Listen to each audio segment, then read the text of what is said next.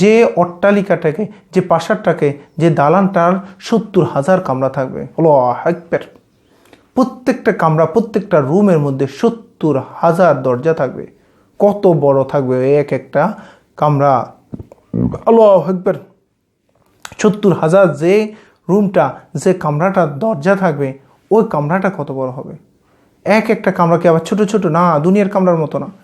একদিন এই দরজার এই এক পার্ট থেকে অপর পার্টে যাওয়ার জন্য আপনাকে টানা একদিন যদি আপনি হাঁটেন, যে পরিমাণ দূরত্ব অতিক্রম করবে, এর থেকে বেশি বড় হবে এক একটা দরজার এক পাশ থেকে অপর পাশ।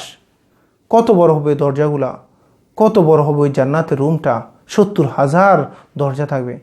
এরপর কত বড় হবে ওই অট্টালিকাটা, যেটায় 70,000 কামরা অর্থাৎ রুম থাকবে।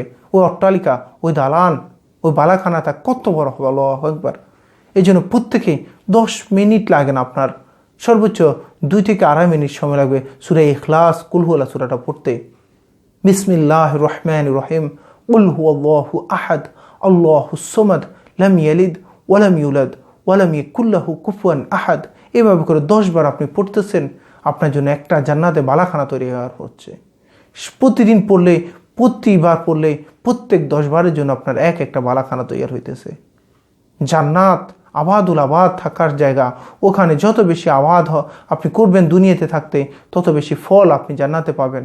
এই জন্য প্রত্যেকে আমরা উঠতে বসতে সূরা ইখলাস, কুল হুয়াল্লাহ সূরা পড়তে থাকবো। কুল হুয়াল্লাহ সূরা ইখলাসের অনেক ফজিলত আছে, তবে আমাদের এই ফজিলতটা নিয়ে আমরা সবচেয়ে বেশি গুরুত্ব দিব, ফোকাস করব, বেশি থেকে বেশি সূরা ইখলাস পাঠ করব। 10 বারের ফল শুধু আপনি অট্টালিকা পাচ্ছেন না, শুধু আপনি 10 বারে, প্রত্যেক 10 বারে আপনি 3 খতম কোরআন শরীফের সওয়াব পাওয়া যাচ্ছেন। এই জন্য প্রত্যেকে আমরা উঠতে বসতে সূরা ইখলাস, কুল হুয়াল্লাহ সূরা পাঠ করব।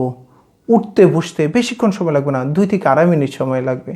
প্রতিদিন যদি 2.5 মিনিট আল্লাহকে সময় দিয়ে দেন, এক একটা বালাখানা, এক একটা প্রাসাদ, এক একটা দালান, এক একটা অট্টালিকা, 70,000 রুম বিশিষ্ট এক একটা অট্টালিকা, 70,000 রুমের মধ্যে, প্রত্যেকটা রুমের মধ্যে 70,000 দরজা বিশিষ্ট ওই কামরাটা, ওই রুমটা, এক একটা কামরার দরজার এক পার্ট থেকে অপর পার্টে যেতে একটা দিন সময় লাগবে। যে এইরকম বড় ওই রুমটা, অট্টালিকাটা আমাদেরকে যেন আল্লাহ পাক দান করে। এই জন্য বেশি থেকে বেশি আমরা সূরা ইখলাস, কুল হুয়াল্লাহ সূরা পড়ব। যতটুকু বলছি সবাইকে আমল করার সে তৌফিক দান করুক। আসসালামু আলাইকুম ওয়া রাহমাতুল্লাহি ওয়া বারাকাতুহু।